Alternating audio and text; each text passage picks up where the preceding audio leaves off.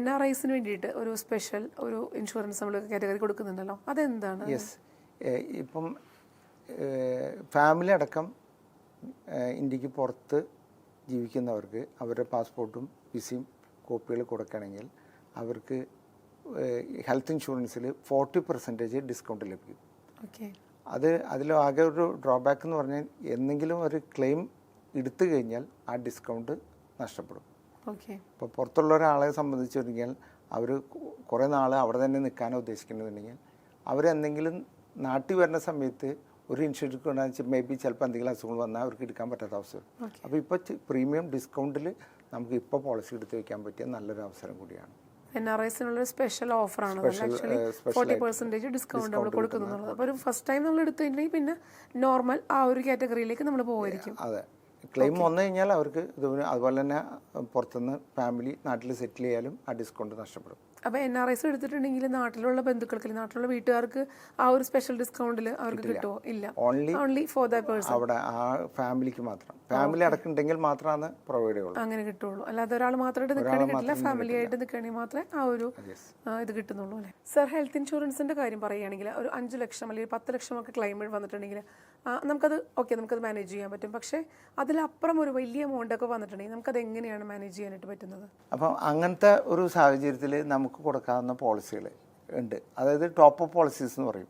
അതായത് സാധാരണ ഒരു കസ്റ്റമർ 5 ലക്ഷം സം ഇൻഷുർഡിൻ്റെ ഒരു പോളിസി എടുത്തു കഴിഞ്ഞാൽ 5 ലക്ഷം കഴിഞ്ഞ് കഴിഞ്ഞാൽ നമുക്ക് കവറേജ് ഇല്ല. നമുക്ക് ചില കമ്പനിയുടെ പ്രൊഡക്റ്റിൽ 5 ലക്ഷം കഴിഞ്ഞ് കഴിഞ്ഞിട്ട് ഡിസ്ചാർജ് ചെയ്തിട്ട് വീണ്ടും അഡ്മിഷൻ വന്നു കഴിഞ്ഞാൽ റീസ്റ്റോറേഷൻ എന്ന് പറഞ്ഞ് കിട്ടും.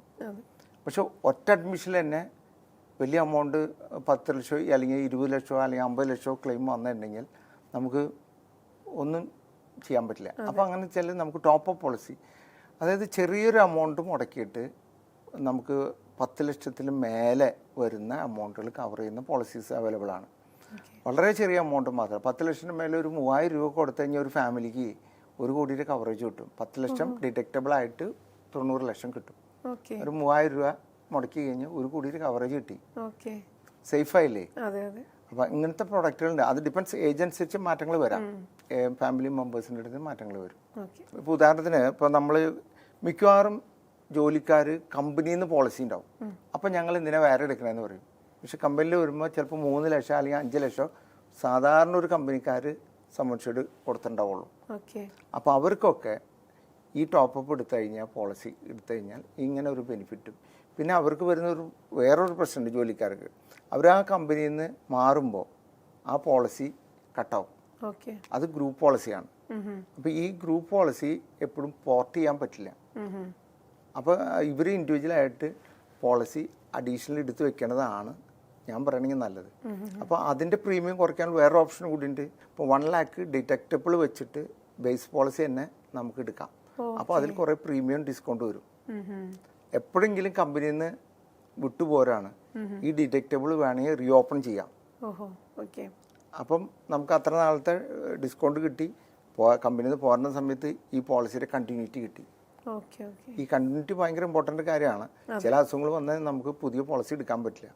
അപ്പോൾ അതിനൊരു അവസരമാണ്. പിന്നെ വലിയ കവറേജിന് വേണ്ടിയിട്ട് ടോപ്പ് അപ്പ് പോളിസീസും ഉപയോഗിക്കാം. പിന്നെ നേരത്തെ പറഞ്ഞു ഈ കമ്പനികളുടെ ഈ ഗ്രൂപ്പ് പോളിസീസ് ശരിക്കും പറഞ്ഞൊരു സുപ്രീം കോടതി ഒരു വിധിയുണ്ട്. എല്ലാ സ്ഥാപനത്തിലും നിങ്ങൾ ഈ ജോലിക്കാർക്ക് ഇൻഷുറൻസ് വേണം എന്നുള്ള ഒരു ഇതൊക്കെ ഉണ്ട്. പക്ഷെ ആരും അത്ര കാര്യമാക്കാറില്ല. ഒരു ജോലിക്കാരുണ്ടെങ്കിൽ പോലും അയാൾക്ക് ഈ സ്ഥാപനത്തിൻ്റെ ഉടമ ഇൻഷുറൻസ് കൊടുക്കേണ്ടതാണ് ശരിക്കും. അറ്റ്ലീസ്റ്റ് ഒരു ആക്സിഡൻറ്റ് പോളിസിയെങ്കിലും കൊടുക്കണം. ഇപ്പോൾ ആക്സിഡൻറ്റ് പോളിസി എന്ന് പറഞ്ഞു കഴിഞ്ഞാൽ പല രീതിയിലുണ്ട്. നമുക്ക് അസുഖങ്ങൾക്ക് മാത്രമല്ല, ആക്സിഡൻറ്റ് മൂലമുള്ള അസുഖങ്ങൾക്ക് മാത്രമല്ല, അവർ അസുഖം മൂലം ആക്സിഡൻറ്റ് മൂലം കമ്പനിയിൽ ലീവ് ആയാൽ പോലും വീക്കിലി കോമ്പൻസേഷൻ കിട്ടുന്ന ഇതുകളുണ്ട്. അപ്പോൾ അങ്ങനെ വരുമ്പോൾ ഒരു ജോലിക്കാരന് ഒരു മാസം ബെഡ് റെസ്റ്റ് ആണെങ്കിൽ അയാൾക്ക് ശമ്പളം കിട്ടില്ലല്ലോ. അവിടെ ഇത് വീക്കിലി കോമ്പൻസേഷൻ ഇപ്പം ഒരു 5000 വെച്ചാണെന്നുണ്ടെങ്കിൽ ഒരു 20,000 രൂപ അയാൾക്ക് കിട്ടുമ്പോൾ അയാളുടെ കുടുംബം കഴിഞ്ഞിരിക്കാണ്ട്. അങ്ങനത്തെ കുറേ നല്ല പോളിസികളുണ്ട്. പക്ഷെ ആൾക്കാർ അതൊന്നും തിരിച്ചറിയണില്ല. അതിനെക്കുറിച്ച് ചെറിയ ചെറിയ പൈസ മുടക്കാൻ മടി കാണിക്കുന്നു. അതായത് ഇപ്പോൾ ഒരു ആക്സിഡന്റ് ഉണ്ടായി കഴിഞ്ഞിട്ട് നമ്മളിത് ഇതിനെക്കുറിച്ച് നമ്മൾ ഭയങ്കരമായിട്ട് പ്രഷറൈസ് ചെയ്ത് നമ്മൾ നോക്കുമ്പോൾ പോലും ഇങ്ങനത്തെ ഒരു ഓപ്ഷൻസ് ഉണ്ടെന്നുള്ളത് അപ്പോഴും നമ്മൾ അറിയുന്നില്ല. ശരിക്കും ഈ ഇൻഷുറൻസ് മേഖലയെക്കുറിച്ച് പഠിച്ചാൽ മാത്രമേ ഇങ്ങനെ ജോലി സംബന്ധമായിട്ട് അല്ലെങ്കിൽ എന്തെങ്കിലും അസുഖമോ അല്ലെങ്കിൽ അപകടമോ വന്നിട്ട് നമ്മൾ ലീവ് എടുത്താൽ പോലും നമുക്ക് അതിന് കോമ്പൻസേഷൻ അല്ലെങ്കിൽ ഇങ്ങനത്തെ ഒരു ഇങ്ങനെ കിട്ടുന്നു എന്നുള്ളത് ഇൻഷുറൻസ് വിഭാഗത്തിൽ നിന്ന് കിട്ടുന്നു എന്നുള്ളത് ഇറ്റ്സ് എ ന്യൂ ഇൻഫോർമേഷൻ.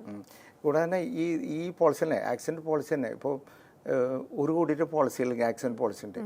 അത് കൂടുതലും ശരിക്കും പറഞ്ഞാൽ ഡോക്ടേഴ്സിന് ഏറ്റവും ഉപകാരപ്പെടുന്നത്. കാരണം ഒരു ഡോക്ടറെ സംബന്ധിച്ച് അദ്ദേഹം ഒരു ആക്സിഡൻറ്റ് പറ്റി സപ്പോസ് ഒരു ബാത്റൂമിൽ ഒഴുക്കി വീണ് ഫ്രാക്ചറായിട്ട് ഇയാൾ 1 മാസം കിടന്നു. ഇദ്ദേഹത്തിന് നമുക്ക് വീക്കിലി കോമ്പൻസേഷൻ എന്ന് പറഞ്ഞു കഴിഞ്ഞാൽ 1 ലക്ഷം വരെ ആഴ്ചയിൽ കിട്ടും. 4 ആഴ്ച 1 മാസം കിടന്നു കഴിഞ്ഞാൽ 4 ലക്ഷം കിട്ടി. പിന്നെ ആ ഫ്രാക്ചർ ഉണ്ടായതിൻ്റെ പേരിൽ മാത്രം 1 ലക്ഷം രൂപ അഡീഷണൽ വേറെ കിട്ടും, ചികിത്സയ്ക്ക് വേറെ കിട്ടും. ഓക്കെ.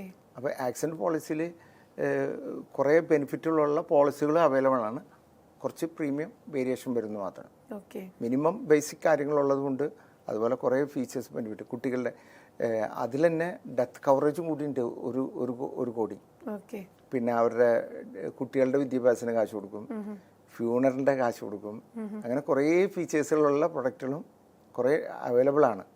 പക്ഷെ പലരും ഇങ്ങനത്തെ കാര്യങ്ങളിലൊക്കെ ചെവി കൊടുക്കാനോ അത് അന്വേഷിക്കാനോ പോകുന്നില്ല. ആ ഒരു സമയം വരുമ്പോൾ മാത്രം നമ്മൾ അന്വേഷിക്കുള്ളൂ. അപ്പോഴേക്കും നമുക്ക് ഇതിന്റെ അറിവുകളൊന്നും ചിലപ്പോൾ നമുക്ക് പറഞ്ഞു തരാൻ ആളുണ്ടായിട്ടുണ്ടാവില്ല. ഇപ്പോൾ ലൈഫ് ഇൻഷുറൻസിനെ കുറിച്ചും നമ്മൾ ഹെൽത്ത് ഇൻഷുറൻസിനെ കുറിച്ചും പറഞ്ഞു കഴിയുമ്പോൾ തീർച്ചയായിട്ടും അടുത്ത് നമുക്ക് വരാൻ പോകുന്നത് വെഹിക്കിൾ ഇൻഷുറൻസ് ആണ്.